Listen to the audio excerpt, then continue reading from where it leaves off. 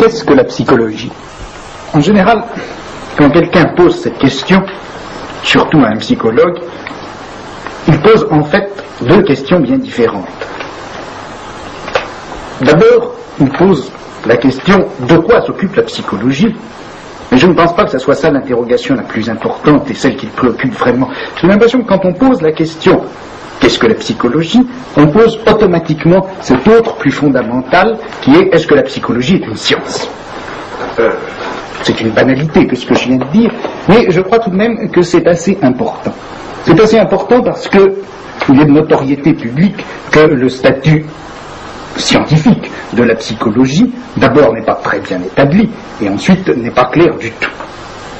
Et je crains cependant qu'en posant la question est-ce que la psychologie est une science, on ne pose pas probablement la question la plus fondamentale, celle qui permettrait de résoudre, sinon toutes les autres, du moins l'essentiel des autres. J'aimerais qu'on interroge la psychologie, non pas tellement sur la forme d'objectivité qu'elle peut atteindre, la forme de scientificité dont elle est capable, mais j'aimerais qu'on interroge la psychologie comme on interrogerait n'importe quelle autre forme culturelle. Qu'entendez-vous par une forme culturelle? Bien, par forme culturelle, j'entends, si vous voulez, la manière dont, dans une culture donnée, un savoir s'organise, s'institutionnalise, libère un langage qui lui est propre et éventuellement atteint une forme que l'on peut appeler scientifique ou que l'on peut appeler parascientifique. Alors j'aimerais que l'on interroge la psychologie à cette racine. En quoi la psychologie est-elle dans la culture occidentale une forme de savoir, ce savoir pouvant être une science ou pouvant éventuellement n'en pas être? De ce point de vue, quelle serait votre réponse?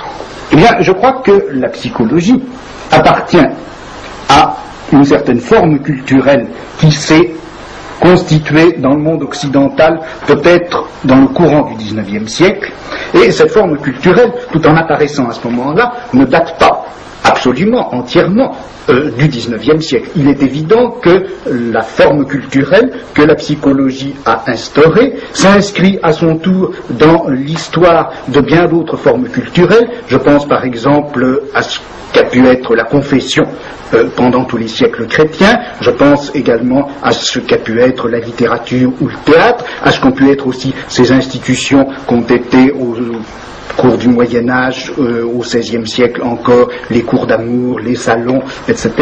Enfin, voyez-vous, c'est toute cette interrogation que l'homme a toujours portée sur lui-même. C'est cette interrogation qui a pris à un moment donné cette forme culturelle que l'on appelle la psychologie. Vous n'avez pas cité la philosophie. Est-ce que la philosophie n'est pas une forme culturelle, ou bien n'y a-t-il aucun rapport entre la psychologie comme forme culturelle et la philosophie? Vous me posez en réalité différentes questions. Vous me demandez si la philosophie est ou non une forme culturelle, et vous me demandez d'autre part si la philosophie et la psychologie, entendues toutes deux comme forme culturelle, ont un rapport. Et enfin, vous me demandez quel est le rapport qu'il peut y avoir entre ces deux formes culturelles. À la première question, je crois qu'on peut répondre en disant que la philosophie, c'est probablement la forme culturelle la plus caractéristique et la plus générale du monde occidental. Depuis le début de la pensée grecque, et bien jusqu'à Heidegger, jusqu'à maintenant, la philosophie a été ce en quoi la culture occidentale s'est toujours et perpétuellement réfléchie. Dans cette mesure-là, la philosophie n'est pas une forme culturelle, elle est la forme culturelle la plus générale de notre culture.